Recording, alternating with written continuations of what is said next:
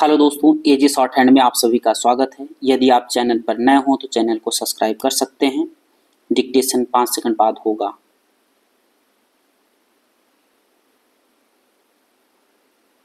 Ready, start.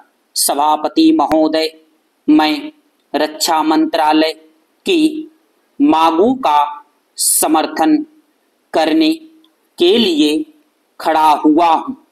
वर्तमान घटनाओं से पता चलता है कि संसार का हर देश अपनी सुरक्षा के बारे में चिंतित है और उसके लिए हर प्रयत्न कर रहा है।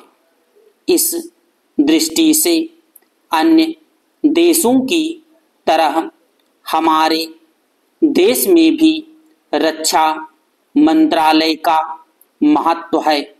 मुझे इस बात की खुशी है कि जहां अन्य मंत्रालयों की उनके पिछले साल के कामों के बारे में काफी आलोचना हुई है, वहां इस मंत्रालय की कम आलोचना हुई है।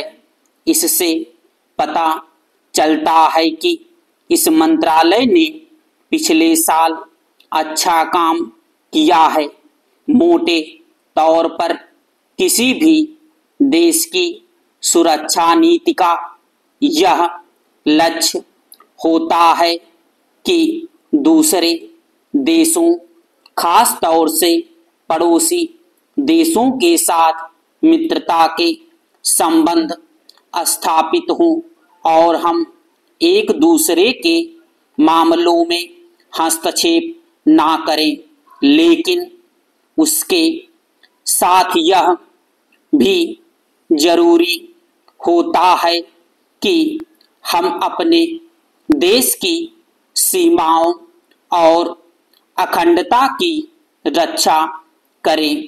इसलिए हमारे देश का यह कर्तव्य हो जाता है कि हम अपने पड़ोसियों के कार्यों पर पूरी नजर रखें, क्योंकि आज तक हमारे देश पर जो संकट आए वे हमारे पड़ोसियों से आए हैं। 1965 में पाकिस्तान के साथ जो लड़ाई हुई और उसके बाद ताशकंद में जो समझौता हुआ वह सिर्फ कागज पर ही रहा। पाकिस्तान ने उस पर कोई अमल नहीं किया। इस दृष्टि से बहुत जरूरी है कि हम अपने देश की सुरक्षा की हर तरह से व्यवस्था करें। हमारा उद्देश्य दूसरों पर आक्रमण करना नहीं है, लेकिन यदि हम पर कोई आक्रमण करे तो हम में इतनी शक्ति अवश्य होनी चाहिए कि हम उसका डटकर सामना कर सके। आप जानते हैं कि पिछले दिनों पाकिस्तान को अमेरिका और चीन से काफी मदद मिली है। रक्षा मंत्रालय की रिपोर्ट में भी कहा गया है कि पिछले साल अमेरिका ने पाकिस्तान को 1500 करोड़ रुपए की फौजी सहायता दी है। आज जहां हम फौजी सामान के लिए अपने कारखानों की मदद से अपनी शक्ति बढ़ाने का प्रयत्न कर रहे हैं, वहां पाकिस्तान संसार के देशों से फौजी सामान खरीद रहा है।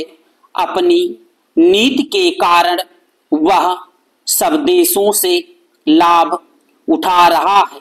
मेरा सुझाव है कि हमको भी अपनी शक्ति बढ़ाने के लिए संसार के अन्य देशों से अधिक फौजी सामान खरीदना चाहिए। आज तिब्बत की सीमा पर चीन की 1.5 लाख फौज खड़ी है। स्टॉप।